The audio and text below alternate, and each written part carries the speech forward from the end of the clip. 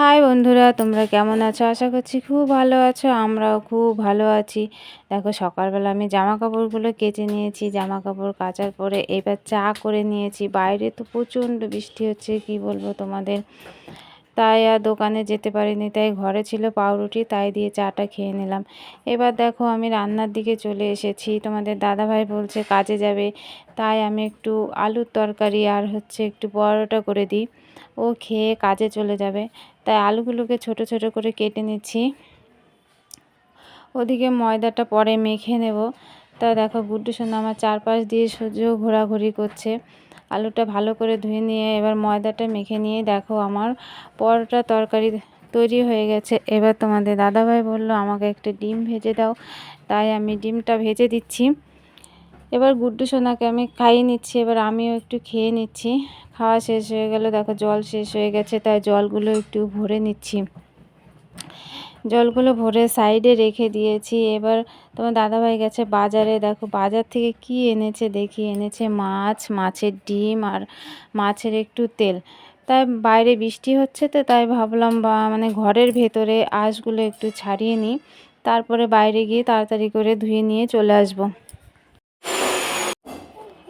আমি যখন কাজ করি, গুড্ডু সোনা আমার চারপাশ দিয়ে ঘোরাঘুরি করতেই থাকে। ও কী করবে, সবসময় মার কাছে থাকতেও খুব ভালোবাসে। ঘরে যদি খেলতে দিই তাও একটুও খেলবে না, সব সময় আমার কাছে।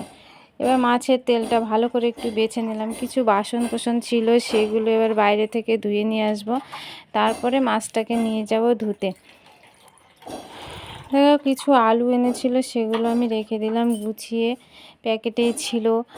অনেক কাজ তো, কোনটা রেখে কোনটা করবো বুঝে উঠতে পারি না।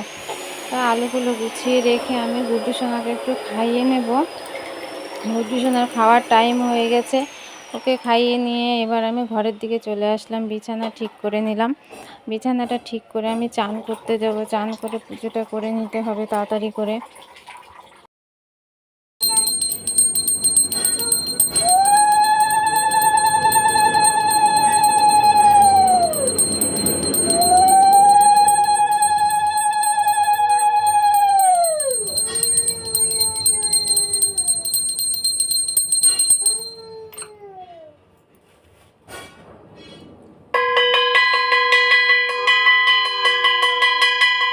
পুজো করা হয়ে গেছে। এবার গুড্ডু সোনাকে তেল মেখিয়ে চান করিয়ে দেবো। দেখো, চান করানো হয়ে গেছে। এবার ওকে আমি একটু জামা প্যান্ট পরিয়ে একটু পাউডার দিয়ে ঘুম পাড়ানোর চেষ্টা করছি, কিন্তু ও কিছুতেই ঘুমোবে না। তাই ভাবলাম রান্না তো বাকি রয়েছে, ও যদি ঘুমোতো তাহলে আমার খুব ভালো হতো, কিন্তু ও তো ঘুমোবে না। তাই আমি রান্নার দিকে চলে গেলাম। সবজিগুলো কেটে নিয়ে ভাতটা বসিয়ে দিয়েছি। ভাতগুলো ওদিকে হচ্ছে, কারণ অনেকগুলো রান্না তো, অনেকটা টাইম লাগবে, তাই তাড়াতাড়ি করে নিচ্ছি। তোমাদের দাদাভাই এদিকে চলে আসবে দুপুরবেলা খেতে। গুড্ডুটা দেখো আমার কিছুতেই ঘুমোলো না, তাই কি করব। ওকে খেলা করতে দিয়ে আমি এদিকে কাজগুলো করে নিচ্ছি। সব কিছু সবজিগুলো কেটে গুছিয়ে নিচ্ছি। ওই দেখো, সবসময় আমার পাশ দিয়ে ঘুরঘুর ঘুরঘুর করতেই থাকবে, ওর যেন আর কোনো কাজ নেই। একটু পড়ার কথা বললে তো পড়বেই না, ওর পড়তে ভালো লাগে না, সারাক্ষণ শুধু আমার পাশে। দেখো, ডিমেরগুলো আমি পেঁয়াজ লঙ্কা দিয়ে ভালো করে মেখে নিয়েছি। এইবার কড়াইয়ে দেব। দেখো, তেলটা শেষ হয়ে গেছিলো, তাই তেলটা ঢেলে নিই। ওদিকে আমার কড়াটা গরম হচ্ছে।